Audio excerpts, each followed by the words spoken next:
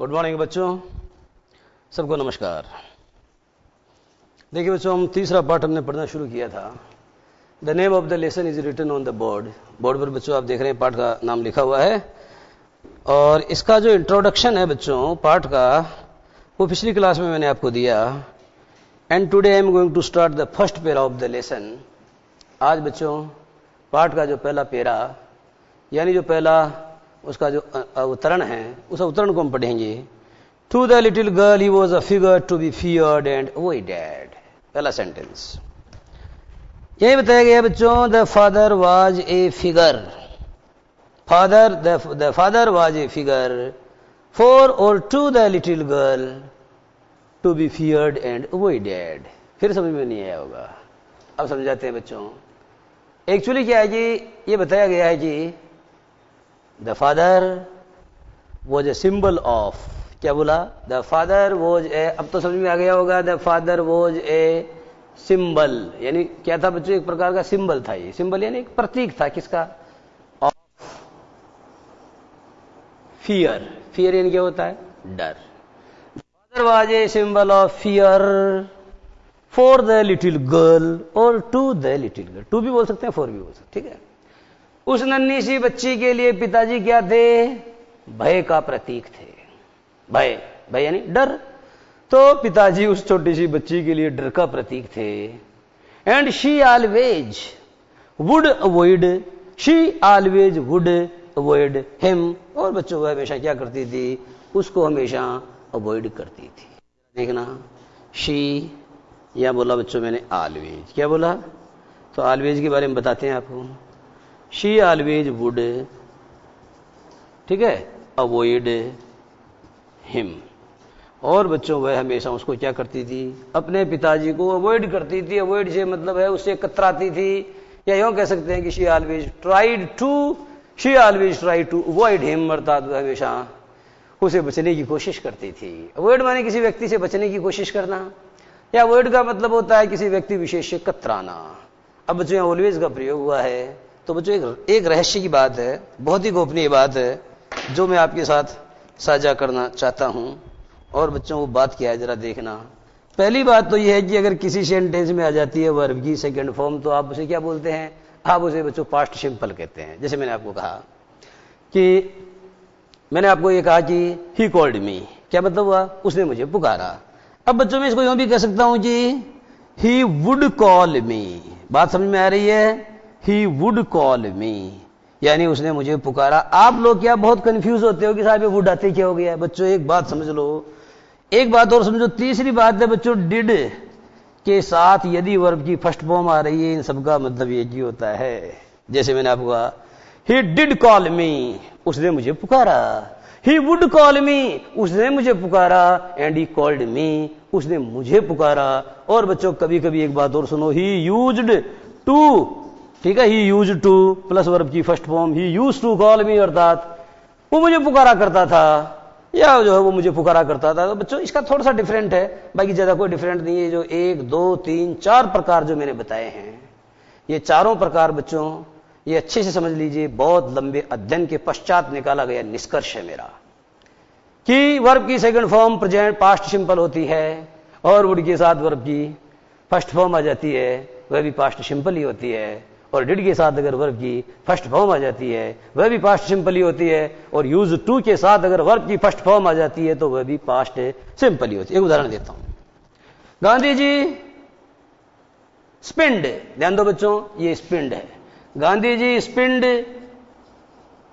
For an hour daily. Gandhi ji रोजाना क्या करते थे? गांधी जी रोजाना 1 घंटे चरखा चलाते थे। Gandhi ji spinned for an hour daily, अर्थात गांधी जी रोजाना 1 घंटे चरखा चलाते थे। क्लियर? अब बोला मैंने, ये प्रयोग हो गया। Gandhi ji would spin. अब बच्चों स्पिंड में से क्या है? ईडी को हटा करके फर्स्ट फॉर्म लगाऊंगा। अब क्या बोलूंगा मैं? Gandhi ji would spin for an hour daily. Gandhi ji would spin for an hour daily. Gandhi ji रोज 1 घंटे चरखा चलाते थे या चलाया करते थे। अब बच्चों मैंने कहा Gandhi ji did spin for an hour daily. Gandhi ji रोज 1 घंटे चरखा चलाते तो थे। इसमें थोड़ा बच्चों बलाघात लग जाता है, लेकिन बात वही है। और Gandhi ji used to spin for an hour daily, और गांधी जी रोज 1 घंटे चरखा चलाते थे या चलाया करते थे। अब समझ में आ गई होगी बात। ये पास्ट सिंपल, ये भी पास्ट सिंपल, ये भी पास्ट सिंपल और ये भी पास्ट सिंपल। अब बच्चों इसमें देखो, टू द लिटिल गर्ल का मतलब अंडरलाइन कर लो, इतनी सी बात का मतलब होता फॉर द लिटिल गर्ल माने उस नन्ही सी लड़की के लिए। टू द लिटिल गर्ल माने फॉर द लिटिल गर्ल अर्थात उस नन्ही सी लड़की के लिए। He was a figure to be feared. The father, he, the word here, he, the pronoun he here refers to the father. यहां पर बच्चों ही शब्द किसके लिए आया है? यहां पर ही शब्द फादर के लिए आया है। तो हमने कहा ये द फादर, ठीक है, the father was a symbol of fear, यानी पिताजी क्या थे बच्चों? डर के प्रतीक थे, यानी was a figure to be feared and avoided. इसका मतलब बच्चों ये है कि फॉर दैट लिटिल गर्ल, उस नन्ही सी लड़की के लिए, ही और द फादर वो समथिंग, उसके पिताजी उसके लिए कुछ ऐसी चीज थे दैट शुड ऑलवेज बी, ठीक है, फियर्ड एंड अवॉइडेड, ठीक है बच्चों, मतलब एक ऐसी चीज जिससे हमको हमेशा क्या करना चाहिए? हमको हमेशा उससे क्या करना चाहिए? टू बी फियर्ड माने डरा जाए, एंड टू बी अवॉइडेड माने उससे बचा जाए। यानी पिताजी उस छोटी सी नन्ही सी लड़की के लिए एक ऐसी चीज थे जिससे हमेशा डरा जाए और जिससे हमेशा बचा जाए। तो लड़की क्या करती थी? पिताजी को देख के डर जाती थी, और क्या करती थी? पिताजी को देख के छुप जाती थी, अवॉइड करती थी, बचने की कोशिश करती थी कि इधर उधर, है ना, वो उससे बचने की कोशिश करती थी, है ना। तो बच्चों आप जानते हो बचना क्या होता है? जैसे कई बार हम कहते हैं पलके चुराना, आंखें चुराना। आंखें कौन चुराता है? जो चोर होता है, मेरा मतलब जो आपसे किसी प्रकार से भयभीत है, तो इधर उधर देखता है, आपसे नजरें नहीं मिलाता है, चोर की दाढ़ी में तिनका होता है। तो इन सब का भावार्थ इतना ही है। Every morning before going to work he came into her room and gave her a casual kiss. देखो बच्चों, हर दिन उसके पिताजी कहां जाते थे? ड्यूटी जाते थे। तो बिफोर गोइंग टू ड्यूटी, यानी बिफोर गोइंग टू वर्क, काम पर जाने से पहले हर दिन। अब बच्चों आप जानते हो एवरी मॉर्निंग, मैंने आपको कहा कि आ जाए एवरी मॉर्निंग। एवरी मॉर्निंग का मतलब मॉर्निंग ही नहीं है, यहां कोई जरूरी नहीं है मॉर्निंग है, यहाँ क्या आ सकता है? एवरी इवनिंग भी आ सकता है, कुछ भी आ सकता है। एवरी मॉर्निंग, एवरी इवनिंग, है ना, एवरी डे, तो ये सब प्रेजेंट सिंपल में आते हैं। अगर लेकिन अगर जब आप किसी लड़की की कहानी बता रहे हैं तो पास्ट सिंपल में आएंगे। इसी तरीके से बच्चों एक बनावट और है, इन द मॉर्निंग। क्या बोला मैंने? इन द मॉर्निंग। अब जैसे मैंने आपको कहा कि मैं सुबह जल्दी उठता हूं तो I wake up early in the morning. लेकिन बच्चों अगर आप किसी कहानी की बात करते हो कि साहब वो जल्दी उठा करता था, तो he woke up early in the morning. और बच्चों अगर आपको ये नहीं लगाना है वॉक अप, तो आप क्या बोलो? He would wake up early in the morning. और अगर आपको वुड भी नहीं लगाना है बच्चों, तो आप लगाओ he used to wake up early in the morning. और ये भी नहीं लगाना तो he did wake up early in the morning, ये भी सही है। लेकिन जो डिड वेक अप मैंने बताया है बच्चों, ये प्रयोग क्या है? जनरली बोलचाल की इंग्लिश में नहीं होता, ऐसे प्रयोग जनरली पोएट्री में पाए जाते हैं। डिड प्लस वर्ब की, डिड और वर्ब की फर्स्ट फॉर्म आ रही है तो उसको वर्ब की सेकंड फॉर्म ही माना जाता है। क्लियर हो गया? कई बार कविता की तुक बैठाने के लिए भी एक मजबूरी हो जाती है। जैसे बच्चों मुझे कविता की पंक्ति लिखनी है, और कविता की पंक्ति के अंत में मैंने क्या लिख दिया? अंत में बच्चों मैंने लिख दिया, जैसे मान लो अंत में मैंने लिख दिया बच्चों आपको ये लिख दिया टीच। क्या लिख दिया? टीच लिख दिया। अब बच्चों मेरी जो दूसरी पंक्ति है उसमें मुझे यहां लिखना है प्रीच्ड। तो प्रीच यानी जानते हो उपदेश देना होता है। अब बच्चों ये तुक सेट नहीं हो रहा ना, मेरा राइम स्कीम नहीं बैठ रहा, तो मैं क्या करूंगा? In order to balance the equation, इस समीकरण को संतुलित करने के लिए मैं इधर डिड का प्रयोग करूंगा। अब बताओ इसको हटाऊंगा, बोलो क्या हो गया? Did preach. तो डिड प्रीच का मतलब भी, डिड प्रीच का मतलब प्रीचड ही होता है, लेकिन इसकी कविता की तुक मेरी बैठ गई है। इस प्रकार से बच्चों कविता में इस तरीके का प्रयोग होता है। बहुत गहरी बात है, आपकी अभी समझ में थोड़ी कम आ रही होगी, लेकिन मैंने आपको यूं ही बता दिया है। आगे जरा देखना। तो बच्चों एवरी मॉर्निंग का अगर प्रयोग हुआ है तो उस वाक्य को कौन से टेंस का होना चाहिए? जरा बताना। प्रेजेंट सिंपल का। लेकिन यहां इस स्टोरी में बच्चों क्या है कि वो पार्ट ऑफ ए स्टोरी है, इसलिए उसको पास्ट सिंपल में होना चाहिए। तो एवरी मॉर्निंग का मतलब हर सुबह, ही केम वो आते थे, या ही वुड कम वो आते थे, या ही डिड कम वो आते थे, या ही यूज्ड टू कम वो आते थे। हर सुबह कौन आते थे? हर सुबह बच्चों उसके पिताजी जो आया करते थे। कहां आया करते थे? इनटू हर रूम माने उसके कमरे में। कम इनटू कई बार समझाया है, ध्यान दो बच्चों। कम इनटू आना गति के साथ अंदर, बराबर क्या हो जाएगा? एंटर। अब बच्चों आप लोग क्या करते हो? एंटर इनटू कर देते हो, बस यहीं आप मात खा जाते हो। क्या समझाना चाहता हूं मैं? ही एंटर्ड द रूम, वो कमरे में दाखिल हुआ। और ही केम इनटू द रूम, वो कमरे में दाखिल हुआ।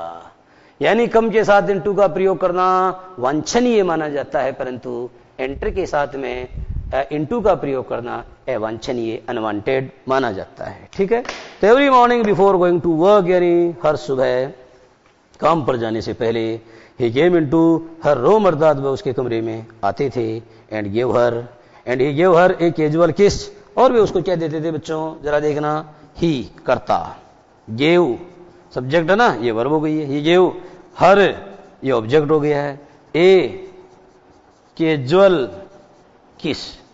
तो बच्चों अब जरा बताओ, ये सब्जेक्ट हो गया ना, ठीक है, ये वर्ब हो गई, ठीक है, ये ऑब्जेक्ट हो गया, ठीक है, ये क्या है, ये भी ऑब्जेक्ट हो गया, दो ऑब्जेक्ट हो गए, दो ऑब्जेक्ट हो गए बच्चों। जिस वर्ब के दो ऑब्जेक्ट होते हैं उसको डीवी यानी डाई ट्रांजिटिव वर्ब यानी हिंदी में द्विकर्मक क्रिया कहते हैं। डीवी डाई, डी आई डाई यानी डबल होता है। ठीक है, तो जिस वर्ब के बच्चों क्या होते हैं, दो क्या होते हैं, देखो ये डाई शब्द लिखा है मैंने, इसको हिंदी में कहते हैं द्वि। ये हिंदी में बच्चों द्वि कई बार आता है, जैसे द्विकर्मक क्रिया है, जैसे हाथी को बोलते हो आप द्विरद, जैसे दो जने युद्ध करते हैं तो आप उसको बोलते हैं द्वंद्व, द्वंद्व, है ना, इस तरीके से बोलते हैं।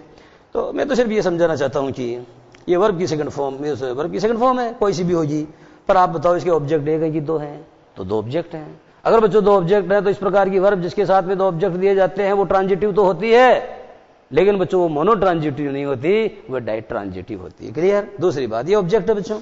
अब आप जानते हो अगर एक ही ऑब्जेक्ट होता है तो वो तो डायरेक्ट ही होता है, लेकिन जब दो होते हैं तो फिर एक इनडायरेक्ट होता है, एक डायरेक्ट होता है। तो आप देखो बच्चों, इसमें ये जो हर है ना, ये तो हमेशा क्या सजीव है, तो इसको किस क्या बोला जाएगा, इसको तो आई ओ माने इनडायरेक्ट ऑब्जेक्ट बोला जाएगा।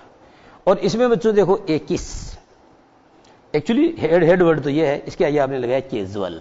कैजुअल इसका एडजेक्टिव है, एल आ रहा लास्ट में, जिसके अंत में एल आ जाता है वो हमेशा एडजेक्टिव होता है। और आप जानते हो बच्चों आर्टिकल का प्रयोग तो नाउन के लिए होता है, लेकिन अगर एडजेक्टिव आ जाए तो आर्टिकल यहां चला जाता है। तो पूरी बनावट एक ही है और इसको बोला जाएगा डी ओ मानी ये डायरेक्ट ऑब्जेक्ट है, ये निर्जीव। क्लियर। अब बच्चों किस यानी क्या होता है, किस यानी तो आप जानते हो, सब जानते हो। तो किस यानी बच्चों होता है चुंबन देना या लेना, चूमना, या बच्चों इसको बोशा देना, ऐसा कुछ कहते हैं आप। ठीक है।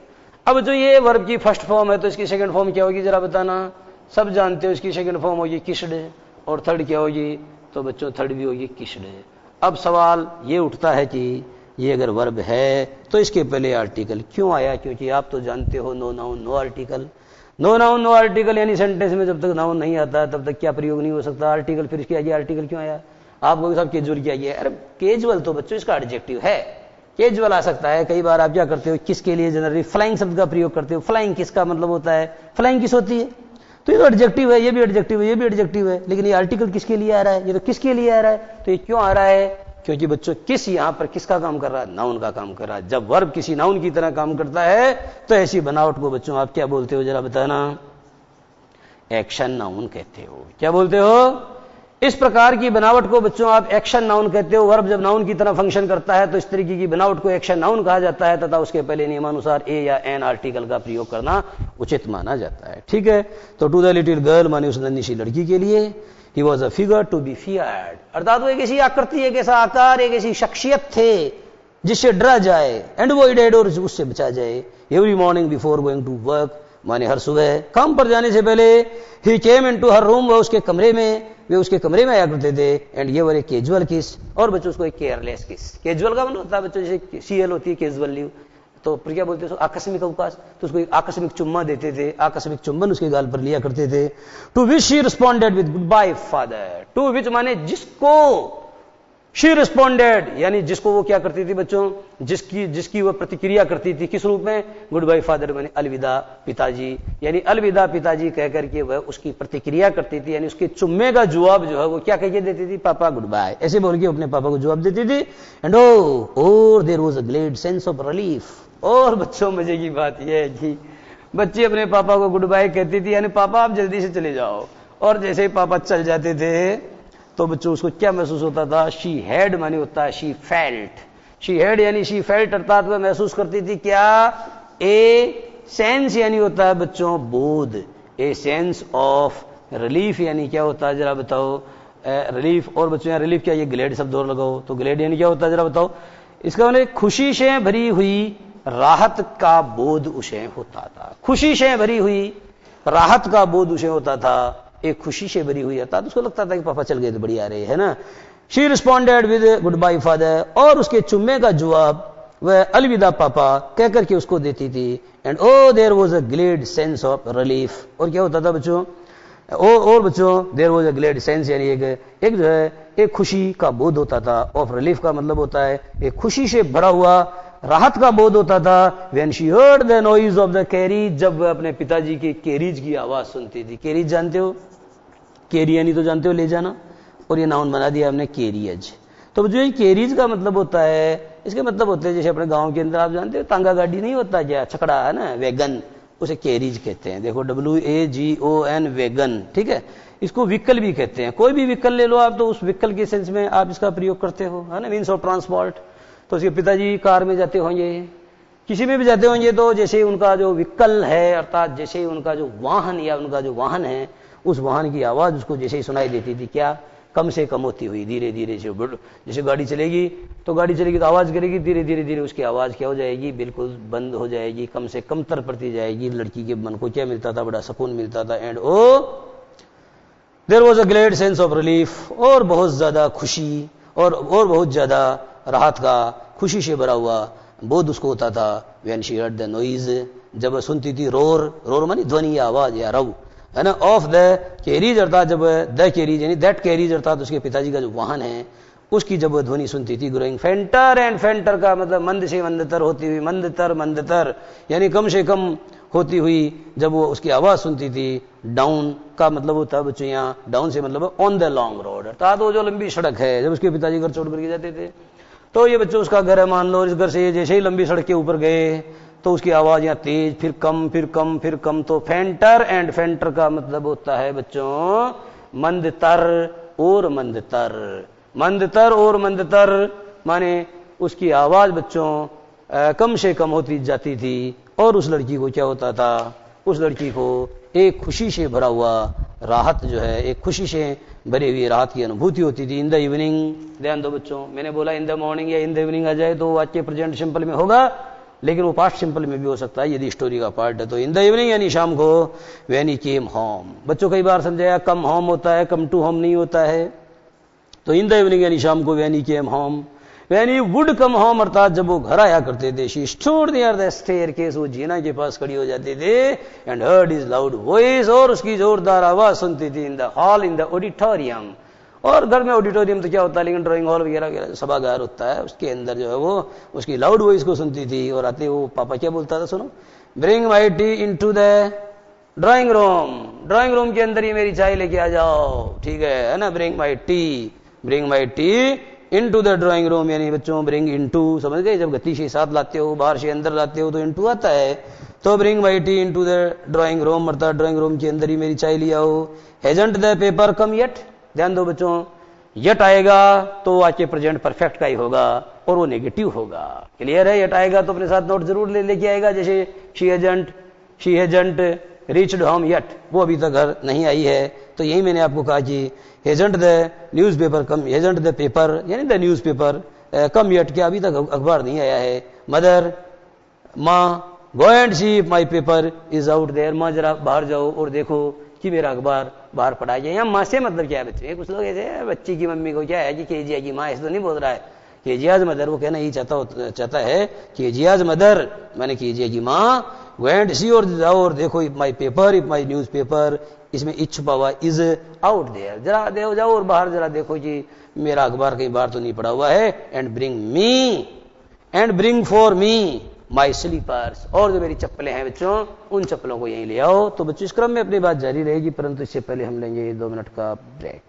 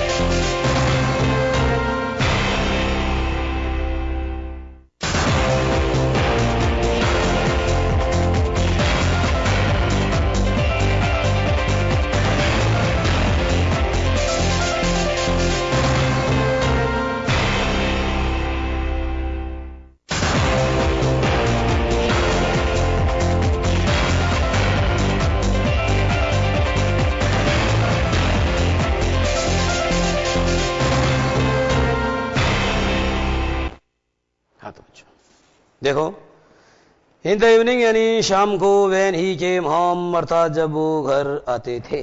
तो बच्चों बताया कम होम, ध्यान देना कम टू होम कभी नहीं होता है, ठीक है। ये बात बच्चों मैंने आपको इस तरकीब से समझा रखी है, जिन्होंने नहीं समझ रखी है वो एक बार इस बात को समझ लें, बहुत काम की बात है ये। इसकी वजह भी मैंने बता रखी है, वजह बता देता हूं कि ऐसा क्यों होता है, ध्यान दो।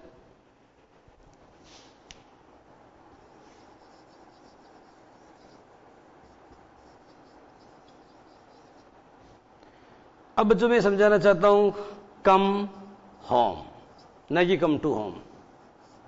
अराइव होम, न कि arrive to home. Reach home, न कि रीच टू होम। और इन दोनों को मिला के यूं का यूं ले लो, गो होम न कि गो टू होम। लेकिन ये भी ध्यान दो बच्चों, अगर होम के पहले आपने क्या लगा दिया, न्यू लगा दिया, न्यू का मतलब कोई भी एडजेक्टिव लगा दिया, तो फिर बच्चों ये क्या हो जाएगा, फिर ये नाउन माना जाएगा, फिर यहां पर टू आएगा। समझाने वाली बात बच्चों ये है कि जैसे मैंने आपको कहा walk fast, walk too fast, तेज चलो। अब बच्चों आप जानते हुए तो एडवर्ब है ना, तो इस एडवर्ब के और इस वर्ब के बीच में प्रीपोजिशन नहीं आना चाहिए। तो मुझे ये समझाना है कि ये होम एडवर्ब होता है इन वर्ब के बाद जब प्रयुक्त होता है तो। लेकिन बच्चों होम के पहले यदि आपने किसी एडजेक्टिव का प्रयोग कर दिया तो आप जानते हो एडजेक्टिव किसके पहले आता है, नाउन। एडजेक्टिव वह शब्द होता है जो किसी नाउन के पहले आके उसको क्वालिफाई करता है। जब यहां आपने एडजेक्टिव लगा दिया तो ये कहना अनावश्यक होगा कि यह क्या है, नाउन है। और बच्चों नाउन है तो टू आएगा ही आएगा, यदि नाउन है तो टू आएगा ही आएगा। परंतु यदि बच्चों नाउन नहीं है, एडवर्ब है, तो वर्ब और एडवर्ब के बीच में क्या नहीं आता, वर्ब और एडवर्ब के बीच में कभी भी प्रीपोजिशन नहीं आता। इस बात को सरल शब्दों में समझो, ये वर्ब है देखो, और बच्चों ये प्रीपोजिशन है, प्रीपोजिशन, और ये क्या है, ये एडवर्ब है। ध्यान दो बच्चों, मुझे ये समझाना है कि ये वाला गलत है। वर्ब और एडवर्ब के बीच में प्रीपोजिशन का प्रयोग करना गलत माना जाता है। क्लियर हो गया? तो इन द इवनिंग यानी शाम को, व्हेन ही केम होम। और बच्चों इन द इवनिंग, ध्यान दो, इन द इवनिंग होता है, इन द मॉर्निंग होता है, ठीक है। इन द इवनिंग होता है, इन द मॉर्निंग होता है, और क्या होता है, इन द नून होता है, सॉरी इन द आफ्टरनून होता है, लेकिन एट नून होता है, दोपहर के 12 बजे। एट नाइट होता है, इन नहीं होता है।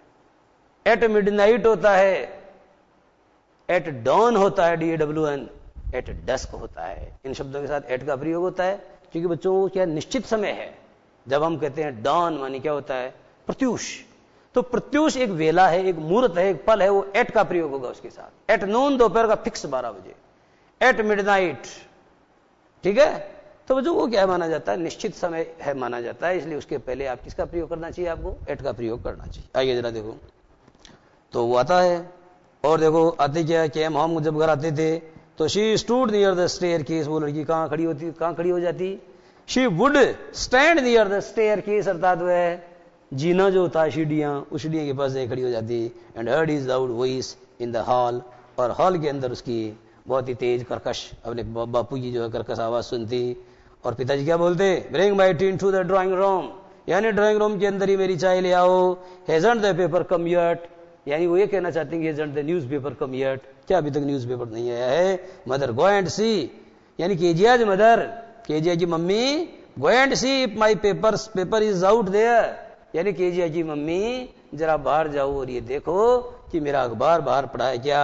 And bring me my slippers, और मेरी चप्पलें मेरे लिए लिया हो, क्योंकि सारे दिन से जूतों में क्या वो पाँव पैक रहते हैं ना, थोड़े पसीने वसीने आ जाते हैं, थोड़ा उनको क्या है कि टाइट हो जाते हैं, तो थोड़ा सुकून मिल जाए। अब केजिया क्या कहते हो, केजिया की मम्मी क्या बोलती है, देखो Kezia, mother would call to her, माँ उसको पुकारा करती।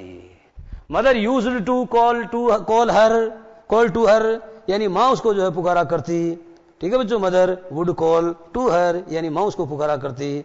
अब बच्चों कॉल के बाद में टू का प्रयोग किया गया है, वैसे जनरली हम कॉल के बाद में टू का प्रयोग नहीं करते, जैसे कॉल हिम, उसे बुलाओ, कॉल टू हिम नहीं बोलते, हम कॉल टू हिम नहीं बोलते। तो ये बच्चों बोलचाल के हिसाब से तो सेंटेंस सही हो सकता है, लेकिन ग्रामेटिकली क्या होता है, कॉल एक ट्रांजिटिव वर्ब है, उसके बाद सीधे ऑब्जेक्ट आना चाहिए, टू नहीं आना चाहिए। जैसे मैंने आपको कहा कॉल हिम, उसको बुलाओ। शी कॉल्ड मी, उसने मुझे पुकारा, तो शी कॉल्ड मी, उसने मुझे पुकारा, तो बताओ मैंने शी कॉल्ड टू मी तो बोला ही नहीं, तो या तो मैं गलत हूं, तो मैं तो 100% सही हूं। तो ये भी मामला ऐसा ही कुछ है। तो Kezia would call to her, इसका मतलब ये हुआ जी Kezia mother would call her, माने केजिया उसकी माँ उसको पुकारा करती, mother used to call her, माँ उसको पुकारा करती और उसको क्या बोलती, if you are a good girl, अगर तुम एक अच्छी बच्ची हो। कैसी बच्ची हो? यदि तुम एक अच्छी बच्ची हो, यू कैन कम डाउन, तो बिटिया जरा तुम नीचे आओ, and take off father's boots, और जब तक मैं चप्पलें लाऊं और उनकी चाय बना के लाऊं और उनका अखबार ढूंढ पाऊं, तब तक तुम क्या करो, तुम नीचे उतरो, पापा बहुत थक के आए हैं, तो पापा के बूट जो है वो खोल दो। क्या खोल दो? पापा ये बूट खोल दो। अब बच्चों आप जानते हो हमारे यहां तो जो छोटी कन्या होती है उसको जूते वगैरह छूने नहीं देते, हम पाँव ही नहीं छूने देते। तो ये तो अंग्रेज हैं, इनकी कल्चर और हमारी कल्चर अलग अलग है ना। हम बच्चियों से बेटियों से ऐसे नहीं बोलते कि हमारे जूते खोल दो, जूते को टच ही नहीं करने देते हम तो Kezia mother would call to her, यानी केजिया उसकी माँ उसको पुकारा करती, if you are a good girl, अगर तुम एक अच्छी बच्ची हो, यू कैन कम डाउन, तुम नीचे आ सकती हो, एंड टेक ऑफ, जानते हो टेक ऑफ यानी उतारना। जैसे आपने ड्रेस पहन ली तो पुट ऑन, और पुट ऑफ यानी उतार दिया आपने, तो टेक ऑफ का मतलब होता उतार दो क्या, फादर्स बूट्स यानी पिताजी के बूट उतार दो। Slowly the girl would slip down the stairs, और बच्ची क्या करती, धीरे धीरे धीरे धीरे, ध्यान दो, बच्ची क्या करती है बच्चों, धीरे धीरे, जैसे मान लो ये सीढ़ियां हैं, ये आप ये सीढ़ियां हैं, अब इन सीढ़ियों पर क्या होता है बच्चों, वो एक जीना यूं चढ़ा होता है, जीना यूं होता है ना, तो क्या करती है बच्ची, धीरे धीरे इन पर से यूं फिसलती फिसलती, स्लिप यानी लपसती लपसती जो है वो बच्ची नीचे आती, आगे समझिए, हाथ उसके ऊपर चलाती हुई फिसलती हुई आती। तो बताया गया है जी स्लोली माने धीरे धीरे, the girl would slip down the stair. इस सेंटेंस को बच्चों में यू भी कह सकता था कि the girl would slip down the stair slowly. Slowly का प्रयोग आगे भी हो सकता है पीछे भी, क्योंकि स्लोली यानी क्या होता है, स्लोली एक एडवर्ब है बच्चों, एडवर्ब मोबाइल एलिमेंट होते हैं, इनका प्रयोग सेंटेंस में आगे भी हो सकता है, पीछे भी हो सकता है, बीच में भी हो सकता है, अपने विवेक अनुसार करते हैं हम। तो स्लोली माने धीरे धीरे, ध्यान दो, अंग्रेजी में 2 बार नहीं बोलना स्लोली स्लोली, अंग्रेजी में 1 बार आएगा, लेकिन अनुवाद जब करोगे तो 2 बार बोला जाएगा। तो slowly the girl would slip down the stairs यानी धीरे धीरे, ठीक है, धीरे धीरे उतर क्षितिज से आ बसंत रजनी। माधवी वर्मा एक कविता में लिखती है धीरे धीरे उतर क्षितिज से आ बसंत रजनी, तो धीरे धीरे वह लड़की फिसलते हुए, ठीक है, जो स्टेयर्स यानी जीना के ऊपर जो है हाथ रख करके फिसलते हुए धीरे धीरे आती, and more slowly still across the hall, और यहां तो वो धीरे धीरे आती, डरती डरती आती, और बच्चों यहां उतरते उतरते उसकी स्पीड और कम हो जाती, और आकर के वो बच्ची क्या करती है बच्चों, जैसे ये कमरा है तो इस कमरे का गेट जो पुश ओपन, धक्का देके धकेल करके इस कमरे को खोलती, और यहाँ हॉल है जहां उसका पापा बैठा हुआ है, ठीक है। तो यह बताया गया है कि वो लड़की आती, and slowly still went, and slowly still went का मतलब होता है बच्चों, मैं वेंट अपनी तरफ से बोल रहा हूं, अर्थात स्लोली स्टिल वेंट का मतलब होता है बच्चों, और इससे भी धीरे वो जाती, अक्रॉस द हॉल माने हॉल के आर पार, हॉल के उस पार जाती, एंड पुश ओपन, और बच्चों यहाँ हॉल के आर पार जाती, और इस हॉल के आर पार जाकर के यहाँ जो कमरा है, इस कमरे यहाँ से वो दरवाजा पुश ओपन करती, यहाँ उसके पापा जी होंगे, तो फिर और पुश ओपन का मतलब बच्चों जाकर के धक्का देके खोलती द ड्राइंग रूम डोर, और जाकर के जो ड्राइंग रूम है उसके दरवाजे को जाकर के वह धक्का देके खोलती। टिल देन का मतलब होता है बच्चों बाय दैट टाइम, जरा ध्यान दो, इसको यूं भी कह सकता हूं मैं टिल देन, और इस टिल देन का मतलब क्या लिखा आपकी किताब में, बाई माने तक, द्वारा भी होता है that time, by that time माने उस समय तक, तो टिल देन यानी उस समय, टिल देन यानी होता है उस समय तक, बाय दैट टाइम उस समय तक। ही हेड का मतलब क्या होता है बच्चों, जरा ध्यान दो, ये हेड है ना, इसकी जगह मैं लिखता हूं देखो, he would buy that time he would have, बताओ फर्स्ट फॉर्म कर दिया ना मैं, ही वुड हैव यानी तब तक वो धारण कर लेते थे, पहन लेते थे, ही वॉर, WORE, इसको वॉर भी कह सकते हो, by that time he war, तब तक जो वो उसके पापा थे वो धारण कर लेते थे, पहन लेते थे क्या, हिज स्पेक्टेकल्स, अपना चश्मा अपनी आंखों पर ओढ़ देते थे, एंड लुक्ड एट हर, और उस लड़की की ओर देखते थे, ओवर देम का मतलब क्या होता है, देखो बच्चों, जैसे मान लो ये महात्मा गांधी का चश्मा है, क्या ये महात्मा गांधी का ये चश्मा है, अगर आप इस कांच में से देखते हो तो कोई प्रॉब्लम नहीं है, लेकिन कई बार लोग क्या करते हैं, इधर से देखते हैं ऊपर से यूं करके, देखो चश्मा तो यूं आ जाता है नीचे, और यूं कर करके घूर घूर के उस बच्ची को देखते हैं, बच्ची बेचारी वैसे डरी हुई है ना, तो वो काफी डर जाती थी, तो वो इस तरीके से है ना, तो इस तरीके से देखते थे, तो बाय दैट टाइम माने उस समय तक he had his spectacles on, यानी तब तक हैव ऑन का मतलब होता है बच्चों पहन लेना, धारण कर लेना, पुट ऑन। तो by that time he put his spectacles on, यानी तब तक जो है वो अपने चश्मे को ओढ़ लेते थे, आंखों पर ओढ़ लेते थे। And looked at her over them, और उन देम किसके लिए आ रहा है? इन दोनों के लिए। चश्मे के जो दोनों शीशे हैं उन दोनों शीशों में के ऊपर से होकर के उस लड़की की ओर घूर घूर करके देखते थे। इन ए वे, एक ऐसे तरीके से that was terrifying to the little girl, that was terrifying to the little girl, जैसे क्या होता था कि वो जो छोटी सी लड़की वो डर जाती थी। ये एक बात ये भी समझ में आ रही है इस पाठ में कि ये पापा जो है ये कोई ज्यादा ही उम्र का है और होगा कोई 40-42 का, इसकी बच्ची जो है काफी लेट हुई है, तो वो जो है काफी चश्मा वश्मा लगाता है, घूर घूर के देखता है और कुछ उम्र दराज प्रतीत होता है। तो ये बेटी जो है इसकी ये जो है वो काफी लेट है, या यूं मानो कि ये कोई लास्ट वाली है, इससे पहले 4-5 और भी होंगे जो कहीं पढ़ रहे होंगे, इस प्रकार का भावार्थ है इसका, है ना। तो बाय दैट टाइम माने he had his spectacles on and, हाँ बच्चों तो इसमें लिखा हुआ है कि बाय दैट टाइम माने उस समय तक he had his spectacles on, अर्थात वो अपने चश्मे को धारण कर लेते थे। And looked at her over them, और उन कांच के शीशों में से होकर के उस लड़की की ओर देखते थे। इन्हें वे इस तरीके से that was terrifying, that was fearful, that was fearsome to the little girl, जो उस लड़की के लिए खौफनाक माने डराने वाली बात हुआ करती थी। वेल केजिया, हाँ तो मेरी बच्ची केजिया, क्या बोलता वो? वेल केजिया, हाँ तो मेरी बच्ची केजिया, हरी अप, थोड़ा जल्दी करो, एंड पुल ऑफ, और जल्दी से उतार दो, टेक ऑफ दीज बूट्स, बच्चों टेक ऑफ कर दो चाहे पुल ऑफ कर दो, और जल्दी से मेरे इन बूटों को उतार दो, ये जो बूट है ना पाँव में पहन रखे मैंने, एंड टेक देम आउटसाइड, और इन जूतों को बाहर ले जाओ। Have you been a good girl today, क्या सारा दिन तुम एक अच्छी लड़की रही? यानी हैव यू बीन बच्चों यहाँ थर्ड फॉर्म है, have you been present perfect, have you been a good girl today, माने आज सारा दिन क्या तुम एक अच्छी लड़की रही? क्या तुमने सारा दिन कोई शैतानी नहीं की? क्या तुमने सारा दिन अपनी मम्मी को बिल्कुल भी तंग नहीं किया? आई डोंट नो, ऐसे बोलते हैं बच्चों। एक गाना है अक्षय कुमार का जिसमें कहता 3-4-5 बोलो 8-7 बार बोलता do do do do do do डूबा, ऐसे बोलता वो, तो do do do do do डूबा बोलता है। इसी प्रकार से आपकी बच्ची थोड़ी हकला के डर रही है क्योंकि पापा से डरती है, तो कहती आई डोंट नो, यानी मैं तो जानती नहीं हूं। फादर, पिताजी, तो पिताजी कहते हैं यू डोंट नो, यानी उसकी चुगली निकालता है, मतलब उसकी नकल करता है, उसको पापा को अच्छा लगता है, यू डोंट नो, तुम नहीं जानती हो। If you stutter like that, अगर तुम इस तरीके से हकला करके बातें करोगी तो mother will have to take you to the doctor, तो तुम्हारी मम्मी तुम्हें डॉक्टर के पास ले जाएगी, डॉक्टर तुम्हारी इतनी लंबी सुई देगा। तो बच्ची डर जाती है। इस तरीके की बातें करके बच्चों को हम क्या डराते हैं? बच्चे सो जाओ वरना हाबू आ जाएगा। आप जानते हो बच्चों हाबू तो कुछ होता ही नहीं है, लेकिन बच्चों को डराने के लिए जो इस तरीके के कॉन्सेप्ट बनाने पड़ते हैं। तो इस तरह से बच्चों आपने देखा जी काफी अच्छे से हमने पाठ को पढ़ा, और आज की बात यही समाप्त। आज ये वाली बात अगली क्लास में। नमस्कार बच्चों।